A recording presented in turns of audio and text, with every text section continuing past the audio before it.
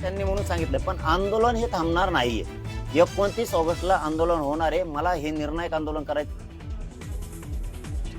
शिष्टमंडळाच्या चर्चेनंतरही जरांगे पाटील आंदोलनावर ठाम. 29 ऑगस्टला करणार निर्णायक आंदोलन. मराठा आरक्षणाची अंमलबजावणी करण्यात सरकारकडून चुका झाल्या, मंत्री विखे पाटलांची कबुली. तर जरांगेंना आंदोलन न करण्याची विखे पाटलांकडून विनंती. अमरावतीच्या जिल्हा स्त्री रुग्णालयात व्हेंटिलेटरचा स्फोट, 3 नवजात बालकांचा मृत्यू. मुख्यमंत्र्यांकडून उच्चस्तरीय चौकशीचे आदेश.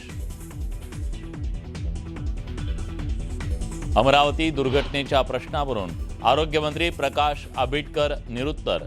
घटनेबाबत पत्रकारांच्या प्रश्नांना आंबेडकरांचं थातुरमातुर उत्तर.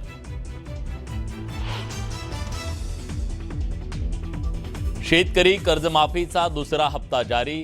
6 लाखापेक्षा अधिक शेतकऱ्यांना 5,086 कोटी रुपये वितरित. कांदिवलीत मराठी रिक्षा चालकांची मुजोरी, रास्ता रोको करण्याचा प्रयत्न. तर मीरा रोडमध्ये रिक्षा चालकांची अरेरावी, मुजोरी सहन करणार नाही, प्रताप सरनाईकांचा इशारा.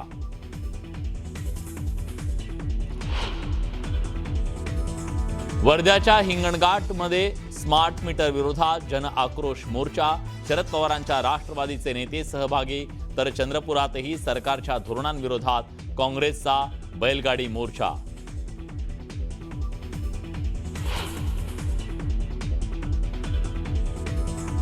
जामखेडच्या आनंद मेळाव्यात आकाश पाळण्यातून तरुणी कोसळली, अपघातात तरुणी गंभीर जखमी.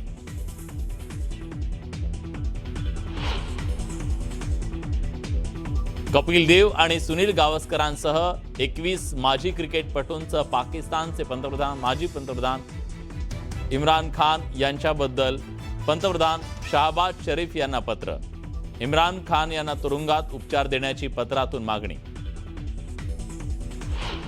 बाबा रामदेव है, उन्होंने हर मर्यादा लांघ दी है और उन्होंने जो है जिस तरह की टिप्पणी एक महिला पर की है, सारा समाज शर्मसार है. कंगना रनौत यांचा रामदेव बाबांवर जोरदार पलटवार. रामदेव बाबांच्या टीकेनंतर वादाला फुटलं तोंड.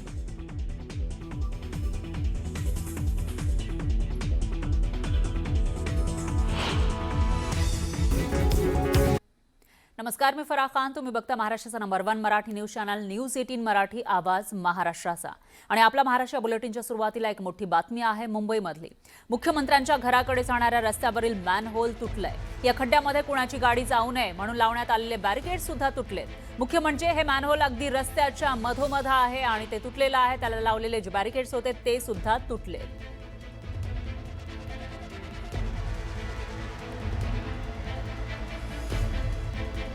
ही एक्सक्लुझिव्ह दृश्य आपण बघू शकतो. मुंबईमधली मुख्यमंत्र्यांच्या घराकडे जाणारा हा रस्ता, त्या ठिकाणी मॅनहोलचं झाकण तुटलेलं आहे. त्याच्यानंतर त्याच्या आजूबाजूला लावलेले जे बॅरिकेड्स होते ते सुद्धा तुटल्याचं दिसतंय.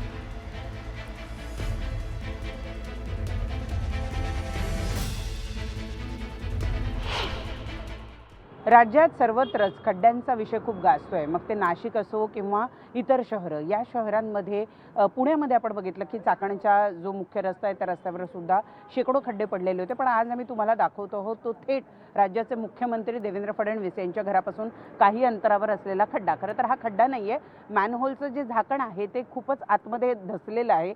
परंतु हा जो रस्ता आहे हा खूप VVIP लोकांचा येण्या जाण्याचा रस्ता आहे. याच रस्त्यावर पुढे राज्याचे मुख्यमंत्री देवेंद्र फडणवीस यांचं वर्षा हे निवासस्थान आहे. या शासकीय निवासस्थानामध्ये खरं तर आज एक महत्त्वपूर्ण बैठकीचं आयोजन सुद्धा करण्यात आलं आहे.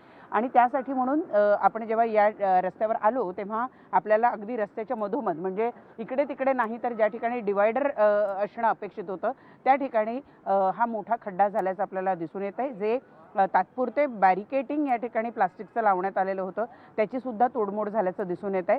रस्त्याच्या मधोमध मॅनहोलचं झाकण आतमध्ये धसल्यामुळं वेगात येणाऱ्या गाड्यांचा या ठिकाणी अपघात होऊ शकतो आणि म्हणूनच या ठिकाणी अशा पद्धतीचे प्लास्टिकचे बॅरिकेटिंग करण्यात आलंय. हे जरी खरं असलं तरी तब्बल 1 ते 1.5 आठवडा झालेला आहे हे अशा पद्धतीने या ठिकाणी रचून ठेवण्यात आल्याचं दिसून येत आहे आणि त्यामुळं मुंबई महानगरपालिका प्रशासन ज्यांच्या अंतर्गत हा संपूर्ण परिसर येतो त्यांनी या रस्त्यावरचा हा जो मॅनहोल आहे किंवा त्या मॅनहोलच्या आजूबाजूला तयार झालेला जो खड्डा आहे हा खड्डा बुजवण्याचा प्रयत्न का नाही केला हा प्रश्न या ठिकाणी निर्माण होतो.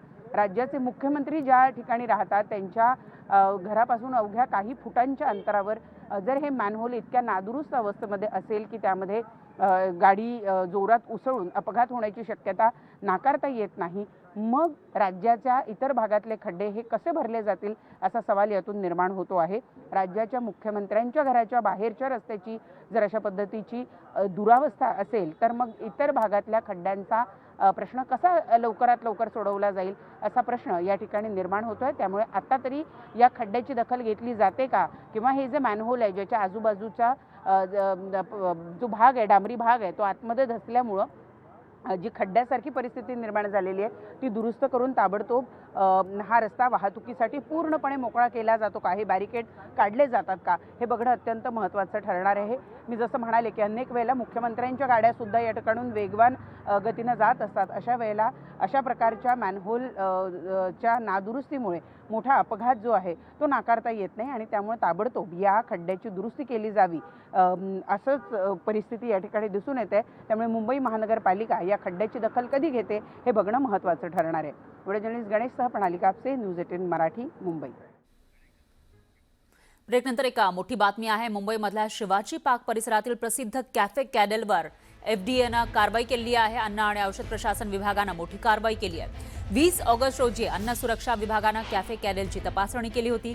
तपासणीमध्ये अन्न सुरक्षा आणि स्वच्छतेसंदर्भातील अनेक गंभीर त्रुटी आढळल्या. कॅफेमध्ये योग्य वायू विजन व्यवस्था नव्हती, त्याचबरोबर अस्वच्छ फरशी, कर्मचाऱ्यांसाठी अपुऱ्या स्वच्छता सुविधा तसंच शाकाहारी आणि मांसाहारी पदार्थ वेगळे ठेवण्याची योग्य व्यवस्था नसल्याचंही समोर आलं. पिण्याच्या पाण्याच्या तपासणीच्या नोंदी आणि स्वच्छतेसंबंधी आवश्यक रेकॉर्ड सुद्धा उपलब्ध नव्हते आणि या सर्व गंभीर त्रुटींची दखल घेत FDAनं कॅफे कॅडेलचा FSSAI अन्न परवाना निलंबित केलाय. आणखी एक ब्रेकिंग न्यूज आहे. मुंबईकरांचा आवडता ट्रिपल शेजवान फ्राईड राईस आता FDAच्या रडारवर आलाय. मुंबईतील चायनीज फूडवर FDAची नजर आहे. मुंबईतील 2 चायनीज खाद्य आस्थापनांवर FDAनं कारवाई केली आहे. मुलुंडच्या चायनाटाउन फास्ट फूड सेंटरची नोंदणी निलंबित केली आहे, तर माहीमच्या लेनेक्सिस फूड वर्क लिमिटेडवर सुद्धा कारवाई करण्यात आली आहे. मुलुंड आणि माहीममधील दोन्ही चायनीज खाद्य आस्थापनांमध्ये अन्न सुरक्षा आणि स्वच्छतेच्या नियमांचं उल्लंघन आढळलंय. मुलुंडच्या चायनाटाउन फास्ट फूड सेंटरमध्ये कृत्रिम रंग आणि MSGचा अतिवापर, वारंवार वापरलेले खराब तेल आणि झुरळांचा प्रादुर्भाव तसंच अस्वच्छ ठिकाणी अन्न साठवणूक आढळली आहे. शाकाहारी आणि मांसाहारी पदार्थांसाठी एकच जागा आणि उपकरणं वापरल्यानं अन्न दूषित होण्याचा धोका होता. त्यामुळं आता ही कारवाई केल्याची माहिती आहे.